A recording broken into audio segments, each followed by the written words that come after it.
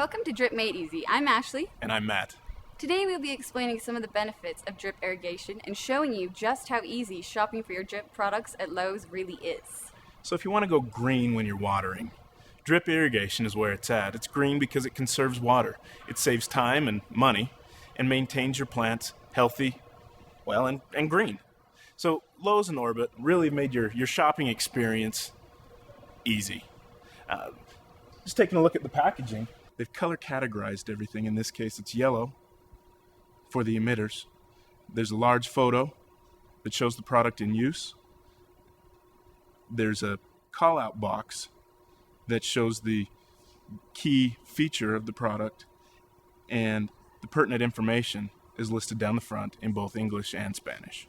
So, Ashley, if we're shopping for a drip system at Lowe's, what's the first thing we need to identify?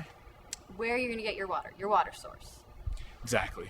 So really, if you're looking at your water source, there's only three options.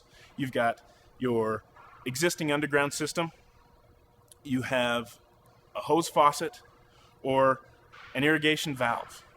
So if you take a look to the left, anything that you're going to need for your existing underground system is categorized with orange, and those are basically just manifolds that attach to a riser.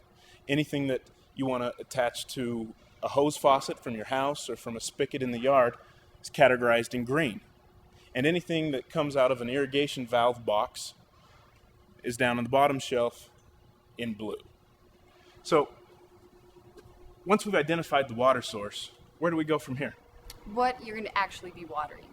That's the next thing we need to identify is what are we watering? And that will determine the kind of emitter labeled in yellow that we'll be using for that particular plant. Our sprayers on the first two row cover a relatively larger area, and our drippers hit the plants individually with small drips of water. And lastly, there's the purple color category, which contains the stakes, the accessories, and all the tools needed to finalize a drip irrigation project. Okay, so now that we have our water source connector and our sprinkler, how do we connect them? Well, that's a great question. Let's move to the next bay, and I'll show you how that's done. Okay. On this bay, we find the black category, which contains the tubing and fittings. To begin with, let's take a look at the half-inch tubing, which is the main line of water source. Any kind of configuration you might need, there are couplings and fittings that might be needed. For example, there are T's and elbows. If we take a look at this particular T, it's a T that'll fit virtually any half-inch tubing. And it's really easy. All you have to do with this drip lock system is slide the tube in to the fitting. The drip lock system will fit virtually any pipe except for some of your smaller diameters, which Rainbird or Raindrip offer in the half-inch size. And for those, you use the universal fittings. So what about this 1/4-inch tubing? Well, that's a good one, because the 1/4-inch tubing takes the water from the main half-inch tubing to the individual plants.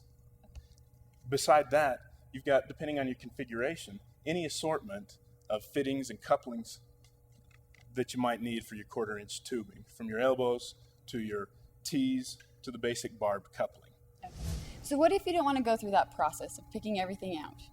Well, let's go down here and see what they offer. Ashley, for that, all you do is you grab a kit that suits your specific project need, you grab your tubing, and you go. But if you really want to make the project easy, you might also want to pick up a faucet timer. You set the timer, and you let it do the watering for you. Well, Matt, it is easy to shop for drip at Lowe's. You can find this product layout at any Lowe's across the western U.S. And until then, keep it green.